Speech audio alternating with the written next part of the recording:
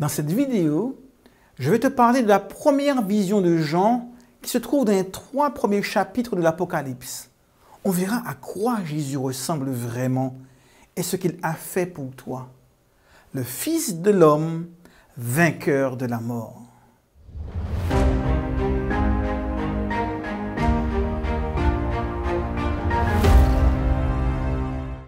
Salut, moi c'est Jean-Jacques.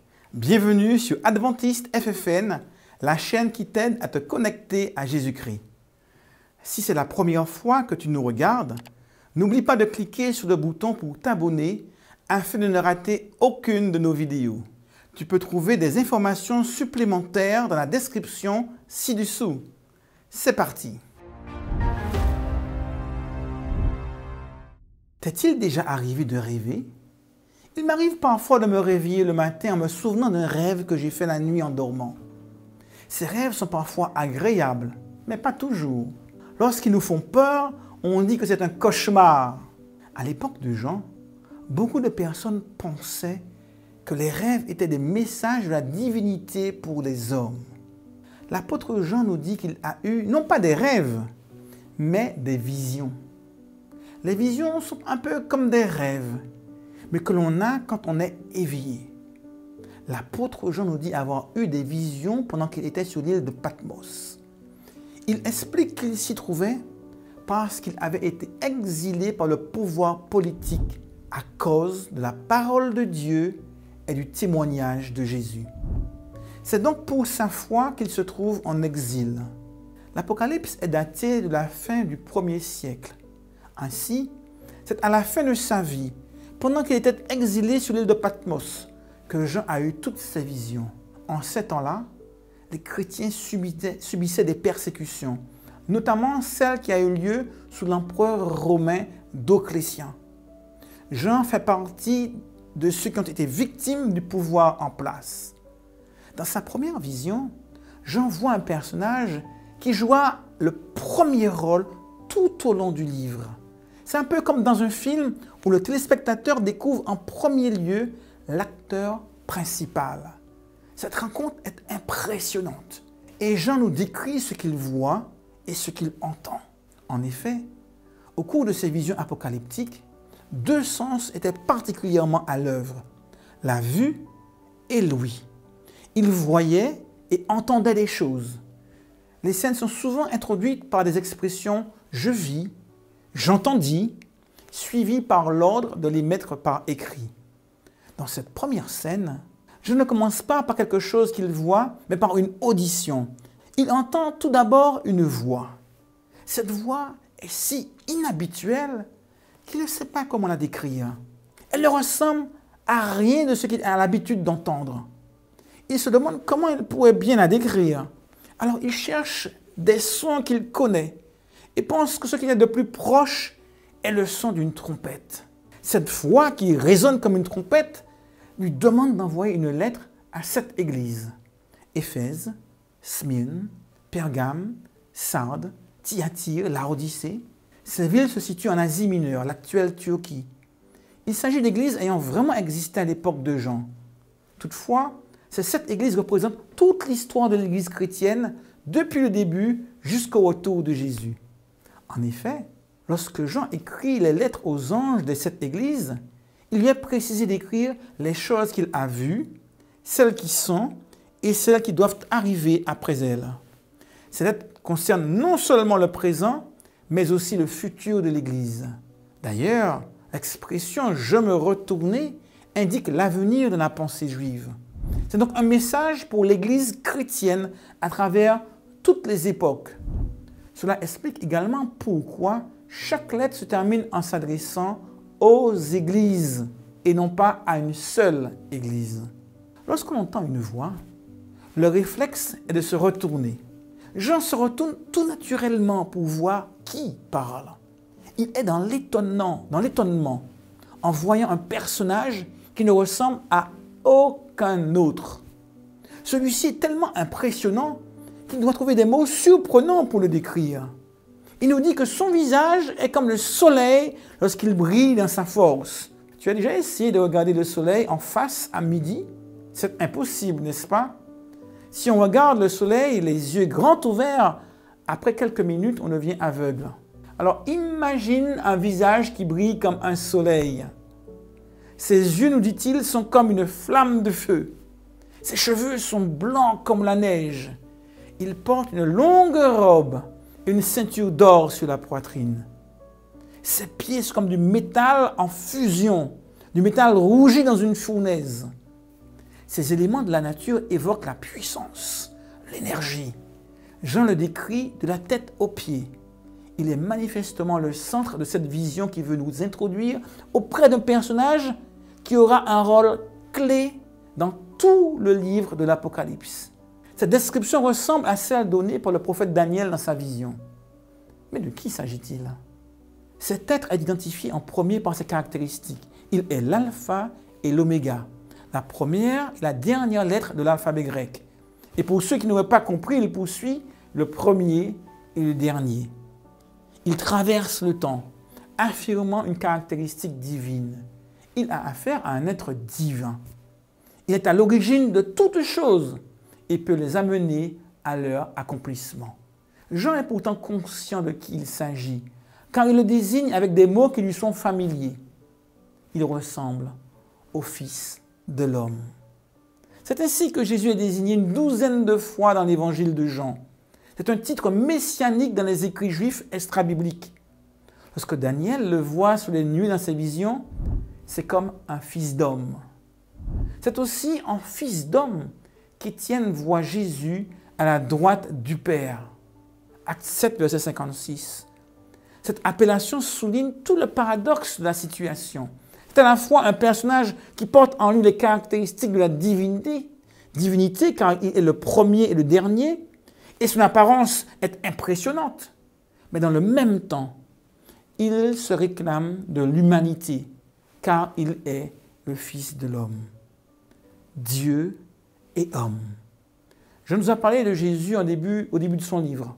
Il l'a décrit comme le témoin fidèle, le premier-né des morts qui a donné sa vie pour que nous puissions vivre. Jean a connu Jésus et l'a suivi durant son ministère terrestre. Mais là, c'est un Jésus différent. C'est un Jésus glorifié, rempli de majesté et de splendeur. Ce n'est plus le simple humain dont il a été le disciple pendant plus de 3 ans. Maintenant, Jésus apparaît, certes en homme, mais revêtu des attributs de sa divinité. Il est resplendissant de puissance et de gloire. Cette rencontre avec Jésus est si extraordinaire que je ne peux rester debout. À sa vue, je ne peux résister, ses forces lui manquent. Il tombe à ses pieds comme mort.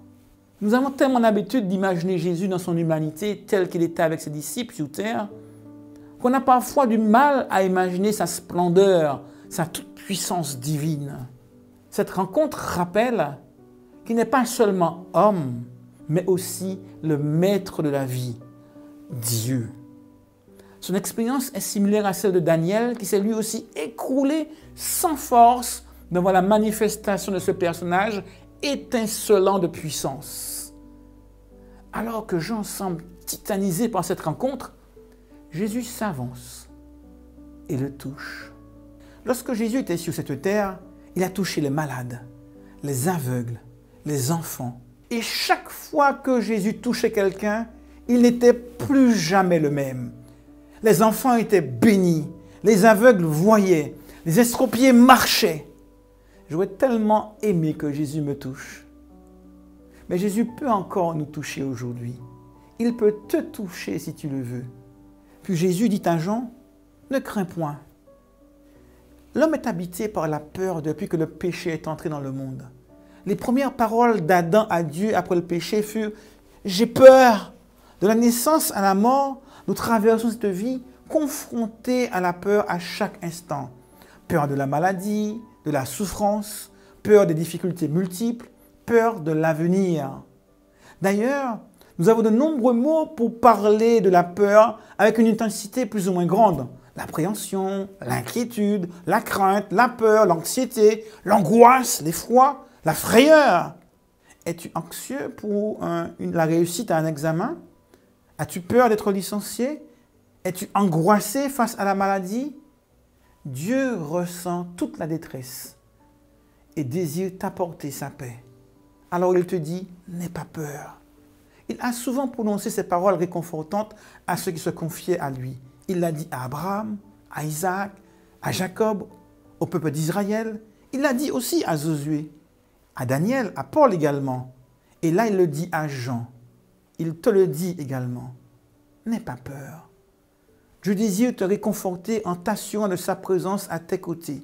Le livre du prophète Isaïe nous rappelle les paroles de Dieu. Ne crains rien, car je suis avec toi. Ne promène pas des regards inquiets, car je suis ton Dieu. Je te fortifie, je viens à ton secours. Je te soutiens par ma droite triomphante. Lorsque Jean reçoit cette vision à la fin du 1er siècle, il est le dernier des apôtres encore vivants. Pierre, Paul et Jacques, son frère, sont décédés. Tous les disciples ayant vécu avec Jésus sont morts et Jean se sent bien seul. Il est l'un des derniers témoins ayant suivi Jésus au cours de son ministère terrestre, encore vivant.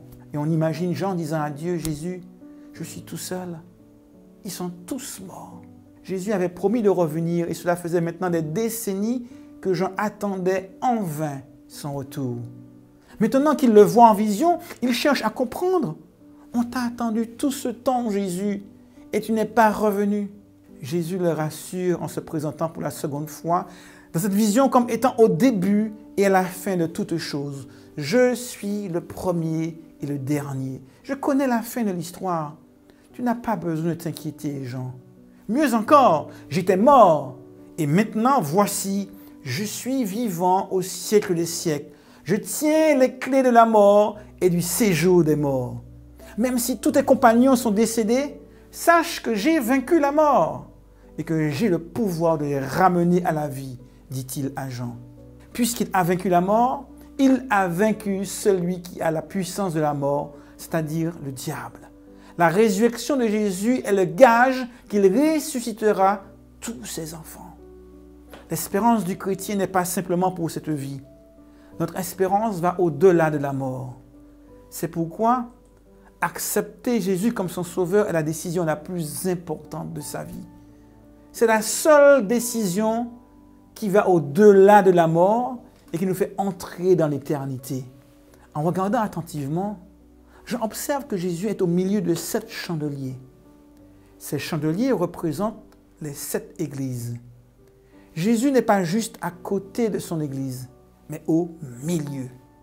De même que la nuée représentant la présence de Dieu était au milieu du peuple d'Israël dans le désert, et qu'ainsi il pouvait les guider et les éclairer, Jésus est au milieu de son église pour la guider et l'éclairer tout au long du chemin sur son pèlerinage sur cette terre. Les chapitres 2 et 3 de l'Apocalypse nous présentent le message de Dieu à l'Église chrétienne à travers l'histoire. On y trouve des encouragements, des conseils, des promesses, mais aussi des reproches. L'Église chrétienne a bien souvent erré et s'est parfois éloignée du projet de Dieu. Elle n'a pas toujours été fidèle, mais Dieu ne l'a jamais abandonnée. La présence de Dieu à tes côtés t'est garantie. Voici, nous dit-il, je suis avec vous tous les jours jusqu'à la fin du monde. L'Apocalypse nous révèle des choses difficiles pour le peuple de Dieu sur terre. Des puissances représentées par des bêtes, des monstres et autres symboles terrifiants seront à l'œuvre au cours de l'histoire de l'Église chrétienne, et ce, jusqu'à la fin des temps. Mais nous avons l'assurance que nous ne serons pas tout seuls. Jésus, le Fils de l'homme, vainqueur de la mort, est au milieu de son Église. J'observe également que Jésus tient des étoiles dans sa main droite. Il lui dit que ces étoiles représentent les anges des églises. À l'époque de Jean, les étoiles étaient le symbole de la destinée. En tenant ces étoiles, Jésus nous dit que notre destin est entre ses mains. Comme c'est rassurant de savoir que notre destin ne dépend pas des hommes, ni des circonstances. Ton destin ne dépend pas des hommes politiques, ni des scientifiques, ni même de ton patron. Ton destin est entre les mains de celui qui est mort pour que tu puisses vivre. C'est Jésus qui tient ton destin entre ses mains. Tu n'as donc rien à craindre. Il tient les étoiles de ta destinée dans sa main. Tu peux lui faire confiance, car il ne te décevra jamais. Jésus est en train d'agir pour toi en ce moment. Et si ton cœur est touché et que tu veux qu'il fasse la même chose dans le cœur de ceux qui t'entourent, alors partage cette vidéo avec quelqu'un qui compte pour toi.